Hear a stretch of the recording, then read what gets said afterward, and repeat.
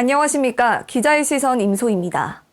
상습적으로 대마초를 피우고 주변에 판매한 데다 직접 재배까지 한 재벌가 3세와 전 고위공직자 자녀, 가수 등이 적발돼 법원에 기소됐습니다.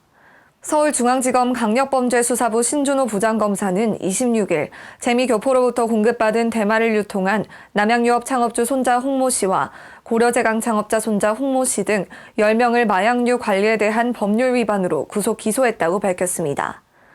복용하면 범죄가 발생할 가능성이 크기 때문에 법으로 엄격하게 통제하고 있는 마약.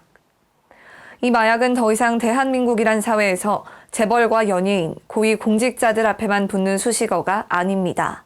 30일 서울 노원경찰서는 집에서 마약을 투약한 혐의로 27세 A씨를 체포해 조사 중이라고 밝혔습니다. 지난해 9월엔 인천 서부경찰서에서 마약을 투약하고 운전하던 50대 남성을 마약류 관리에 관한 법률 위반 혐의로 입건한 바 있습니다. 더 이상 구하기 어려운 것이 아니라 마트에서 물건 사듯 누구나 쉽게 구할 수 있게 된 마약.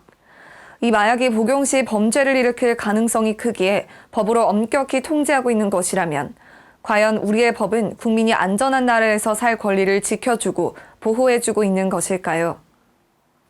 지난해 10월 더불어민주당 윤재갑 의원실이 해양경찰청에서 제출받은 자료를 보면 해경이 적발한 마약류 사건은 2017년 60건에서 2022년 8월 기준 844건으로 대폭 증가했습니다.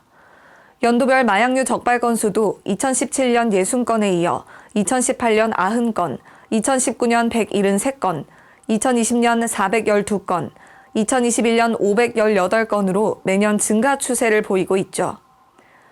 입수한 마약류는 필로폰 205.2g, 대마 152.2kg, 코카인 136kg 등이었습니다. 코카인은 1회 흡입량이 0.01g임을 고려할 때 경기도 인구 1,359만 명이 동시에 흡입할 수 있는 양입니다. 하지만 해경의 1인당 마약류 수사비는 2017년 18만 원에서 2022년 12만 9천 원으로 줄어든 것으로 파악됐습니다. 지난해에는 지난 2회 추가 경정 예산 편성 과정에서 심지어 수사비가 5,600만 원 감액 조처됐습니다.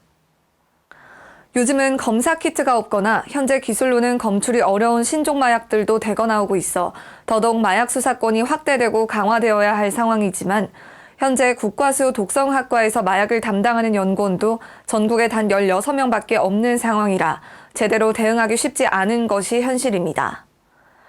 지난 18일엔 마약을 투약한 뒤 교통사고를 낸 혐의를 받는 40대 현직 기자가 경찰에 붙잡히기도 했습니다. 마약 청정국 한국은 옛말입니다. 마약이 개인의 쾌락과 즐거움을 위해 이용되는 것이라면 그 쾌락이 누군가에겐 살인이자 지워지지 못할 피해가 될 수 있다는 걸 알아야 합니다. 그리고 국민의 생명권과 안전권을 보장해주기 위해선 국가도 온정주의가 아닌 엄벌주의의 시각에서 사건을 바라보아야 할 것입니다. 지금까지 내외뉴스통신 임소희였습니다.